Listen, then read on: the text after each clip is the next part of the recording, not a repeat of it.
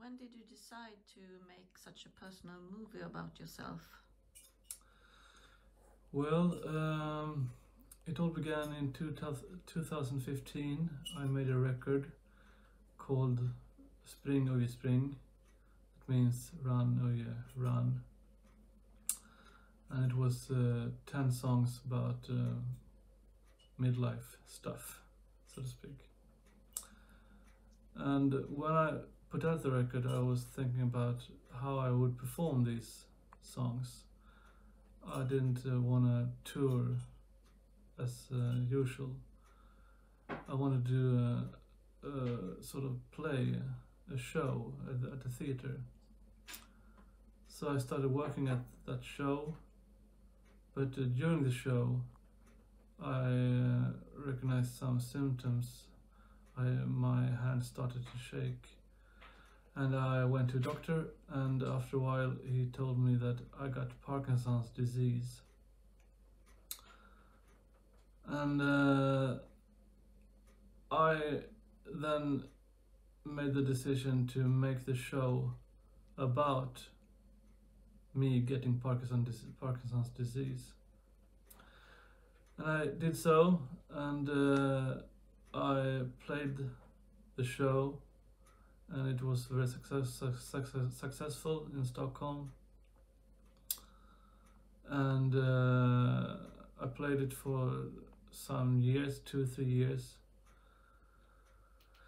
And then this idea came up to make a movie based on the show, on the theater play.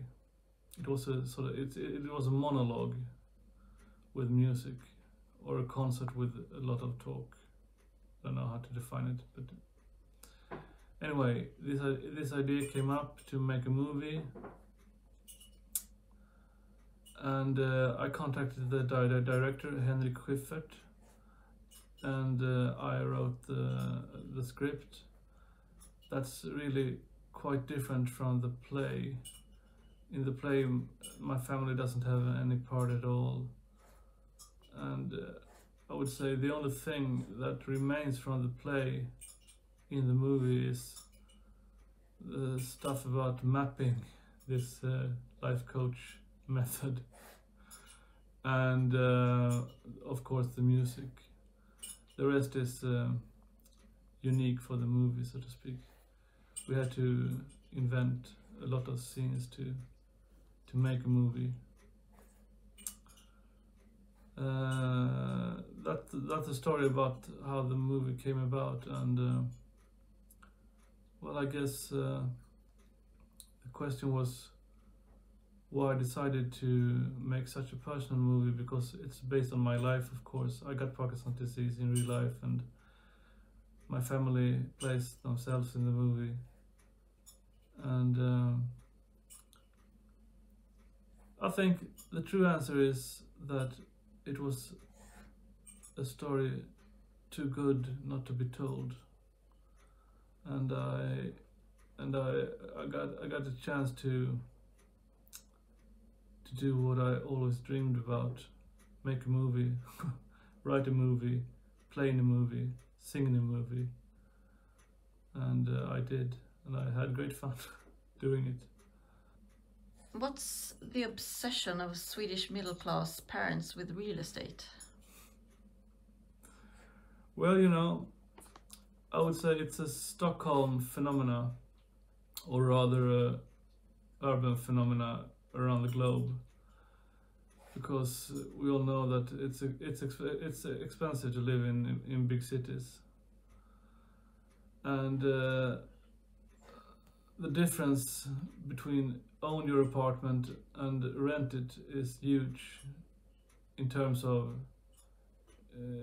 how rich you can get when you get old. So it's a quite important stuff, but of course it's an obsession also, and I wanted to make fun about it. I don't know if it's typical Stockholm or typical Swedish, but I think well, it was a joke, too good not to make. Did you shoot the film in Therese and Uje's own flat? Yes, we did. This is my kitchen. This is the kitchen in the movie. In fact, 90% of the scenes were shot in our apartment or outside our apartment in Bredäng, the suburb in Stockholm that we live in. So it's a very local produced movie. We didn't travel far, some 100 meters. Fuck the king right up his ass. A punchy line, but Uje rejects it. Do musicians get more even-tempered with age?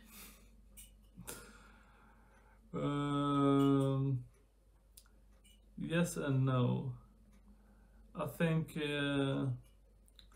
as an old punk rocker, I would say that I'm not less angry today, but I think I'm more accurate and well articulated and maybe a bit calmer when I say things I think.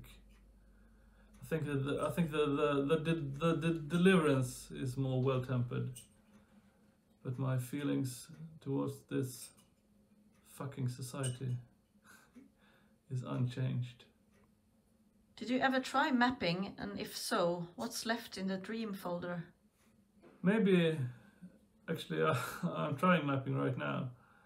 The main dream I had was making a movie, and I did. So it was on top of the list.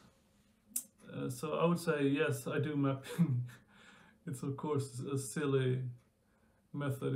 It's nothing but a list of things you want to do, but in a very complicated way that you can write a book about. And of course, it's a joke about the self-help industry, so to speak. Did the making of the film give you any clues that helped you to understand better you want to say what hi? life is like? You want to say hi to the Hamburg audience? No. Okay, take the question again. So this is life, and you just haven't got a clue. Did the making of the film give you any clues that helped you to understand better what life is like? Many people think that you get wiser when you think a lot and spend a lot of time thinking about your life. That's not true at all. You don't get wiser, you only get more confused. So that's the answer to that question. Has Dr. Cosmos ever played a gig in Hamburg? No, we haven't. We haven't played in Germany at all. We're a very Swedish band, so we played almost only in Sweden and Norway, and Finland and Denmark a bit, but not Germany.